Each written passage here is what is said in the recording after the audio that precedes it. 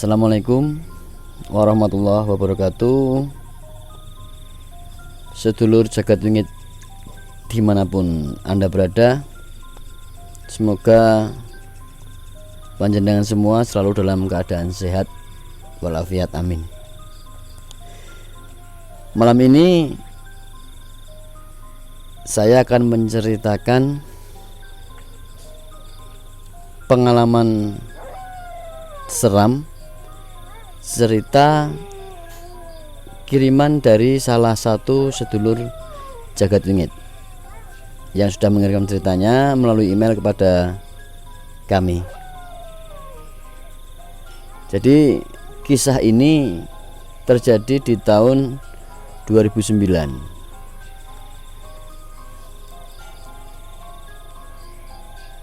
Tepatnya kisah ini terjadi di salah satu perumahan di daerah Ngalian.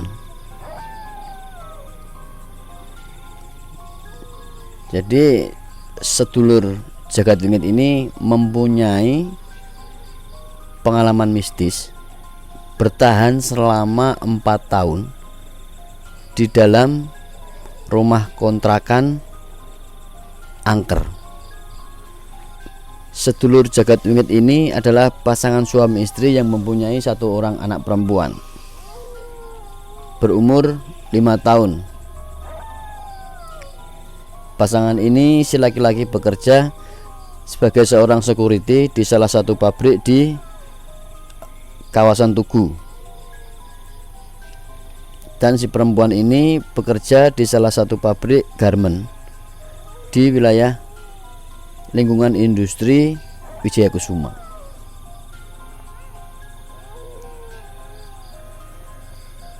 Jadi kedua orang tua si anak ini memang mempunyai rutinitas kesibukan bekerja. Si anak ini dititipkan di rumah neneknya waktu itu. Tapi 1 minggu 2 minggu anak ini udah gak mau dititipkan di rumah neneknya. Dia maunya di rumah sendiri. Sebagai orang tua itu pasti juga bingung, ini anak masih terlalu kecil untuk ditinggal di rumah sendiri. Sedangkan di komplek itu baru ada 3-4 rumah waktu itu, dengan jarak yang cukup jauh-jauh.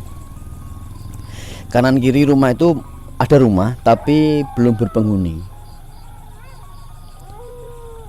Belakang rumah kontrakan itu masih jurang, hutan gitu kan. Jadi jurang cukup dalam, terus hutan. Jadi belum ada pemukiman di situ. Jadi satu-satunya tetangga yang dekat itu depannya itu sebenarnya malah ada itu, cuman karena sama-sama mempunyai kesibukan bekerja jadi jarang sekali bertemu. Jadi ceritanya berawal dari ketika orang tua si anak ini pulang dari bekerja itu kira-kira jam 9 malam. Jadi ini anak umur 5 tahun sudah ditinggal di rumah sendiri. Dia dititipkan ke neneknya, mau dimongke orang tidak mau, diasuh orang lain nggak mau, dia di rumah sendiri. Ketika si ibu ini pulang kerja itu si anak bilang ke ibu, bu, aku duwe konco anyar itu kan. Bu, saya punya teman baru. Ketika si anak ini bilang seperti itu ibunya sudah langsung merinding, karena di komplek itu tidak ada anak kecil. Si ibu ini memberanikan diri untuk bertanya kepada si anak, lanang apa wedok, laki-laki apa perempuan temanmu gitu kan. Si anak ini menjawab, perempuan, cewek gitu kan. Rumahnya mana gitu. Si ibu kembali bertanya pada si anak, rumahnya mana tuh gitu kan. Jadi anak ini menuju ke suatu lokasi itu di belakang rumah. Dengan rumah di belakang rumah itu jurang, waktu itu hutan gitu kan. Udah langsung merinding kan. Ya udah, ayo Wiji ayo bubuk gitu kan. Jadi dibawa masuk si anak ini. Terus si ibu ini bercerita kepada suami, Pak, mau anaknya ngomong, tadi anak kita bilang kalau dia punya teman baru rumahnya belakang situ gitu. Jadi suaminya cuma menenangkan, udahlah nggak apa-apa, nggak usah dipikirkan gitu kan. Sudah mulai nggak nyaman ini sebenarnya si ibu ini untuk tinggal di situ. Tapi karena semua itu keadaan, jadi mau nggak mau, kalau mau pindah kontrakan juga biaya lagi gitu kan. Kalau beli rumah waktu itu memang masa-masa sulit, jadi tetap diputuskan mereka untuk bertahan walaupun sebenarnya si ibu ini udah mulai nggak nyaman.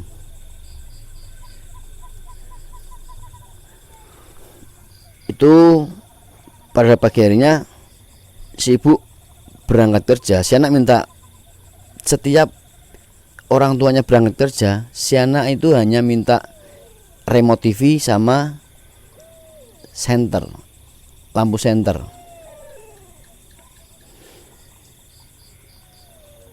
Jadi anak kecil ini kemana-mana bawanya remote TV sama senter kecil gitu.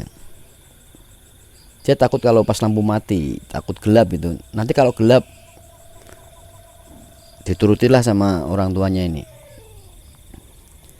Jadi ketika waktu udah berjalan tuh mulai kejadian-kejadian aneh makin bertambah gitu kan.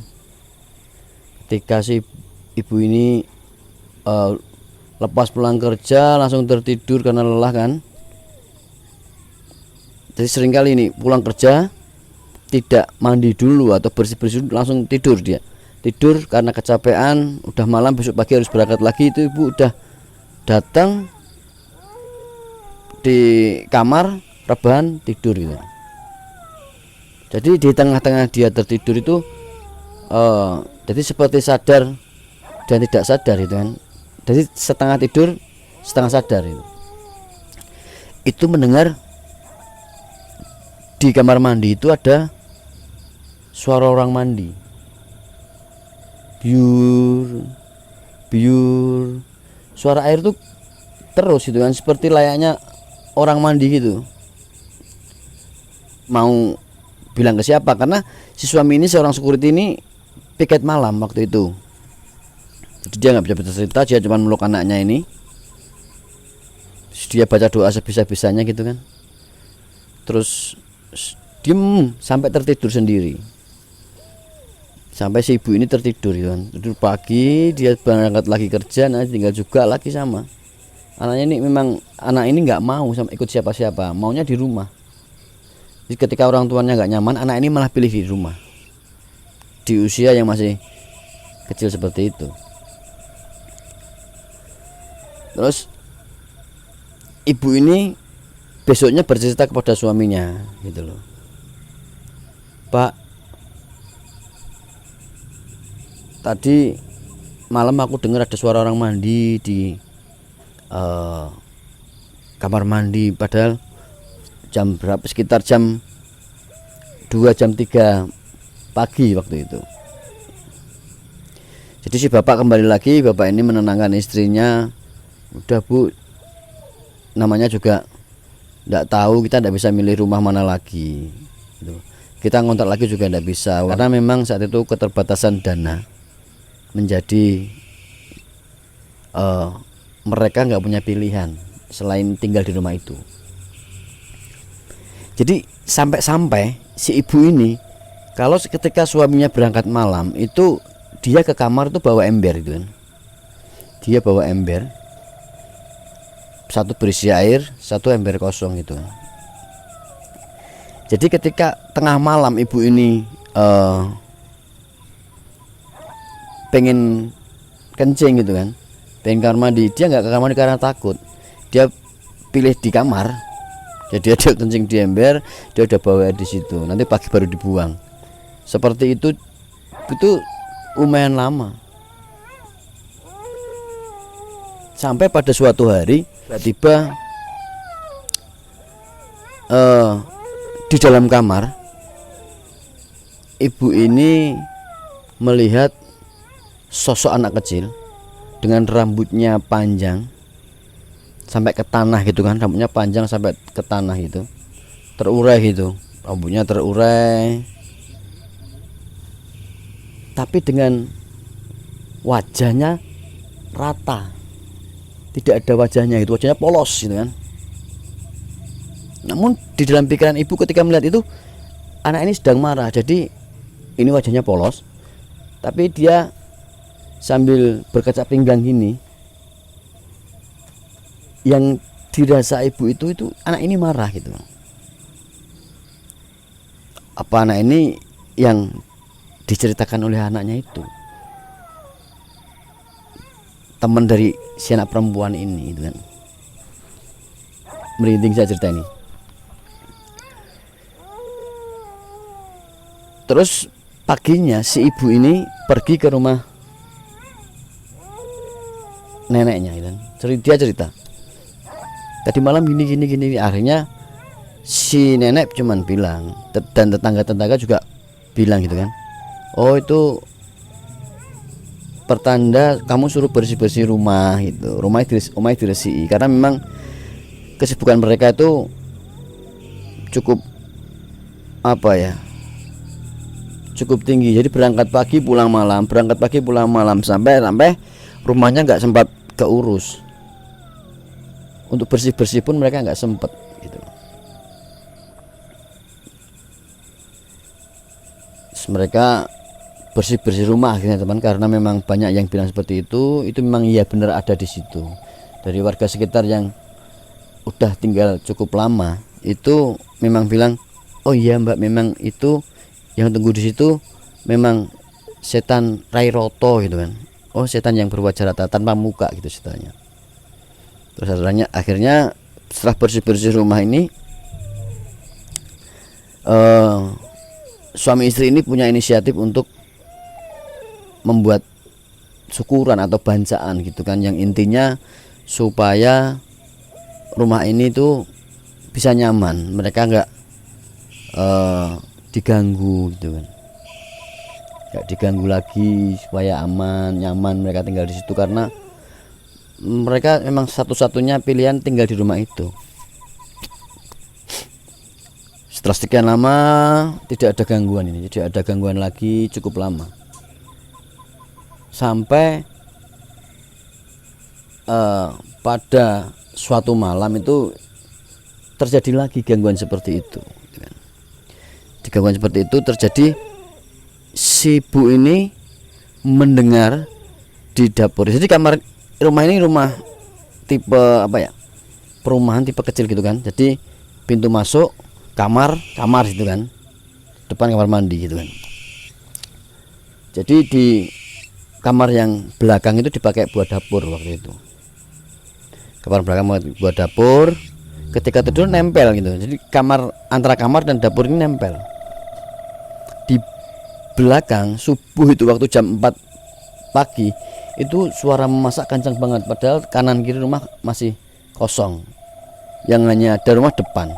Ini nggak mungkin kan suara depan rumah itu didengar sampai ke kamar gitu.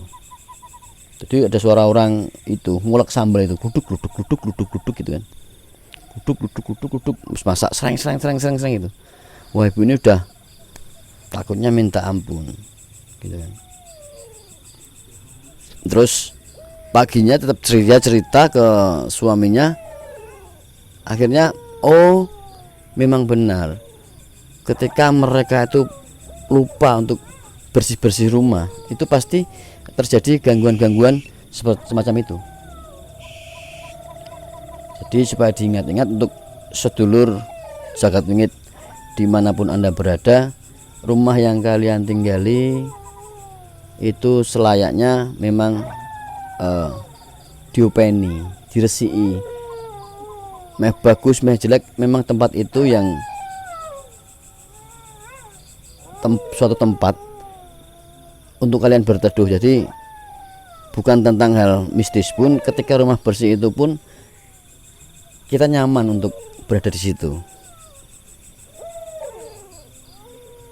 Kesehatan pasti juga lebih terjamin ketika rumah itu bersih. Dan mitos atau fakta, memang kenyataannya makhluk halus itu lebih suka tinggal di tempat yang kotor ataupun tempat yang nggak keurus atau berantakan. Mereka nyaman di situ. Jadi cerita dari sedulur jagat wingit tentang pengalaman tinggal di rumah kontrakan angker itu seperti itu. Tapi mereka memang nggak ada pilihan lain, mereka tetap bertahan sampai mereka pindah ke kontrakan yang baru gitu. Memang cukup lama mereka bertahan dengan situasi yang menyeramkan itu, kurang lebih 4 tahun. Semoga saja untuk sedulur jagat wingit yang sudah mengirimkan ceritanya sehat selalu, nyaman tinggal di rumah yang disinggahi sekarang, tidak terjadi gangguan-gangguan yang membuat sedulur jagat wingit tidak nyaman lagi. Begitu. Terima kasih kepada sedulur jagat wingit dimanapun Anda berada. Jangan lupa dukung channel kami dengan subscribe, like, komen, dan share video kami. Dan jika ingin cerita sedulur jagat wingit dimanapun Anda berada ingin kami ceritakan, silahkan bisa kirim ke email kami di sini. Kami akan segera menghubungi Anda agar kami bisa mengetahui detail ceritanya. Sekian, matur sembah nuwun, salam jagat wingit.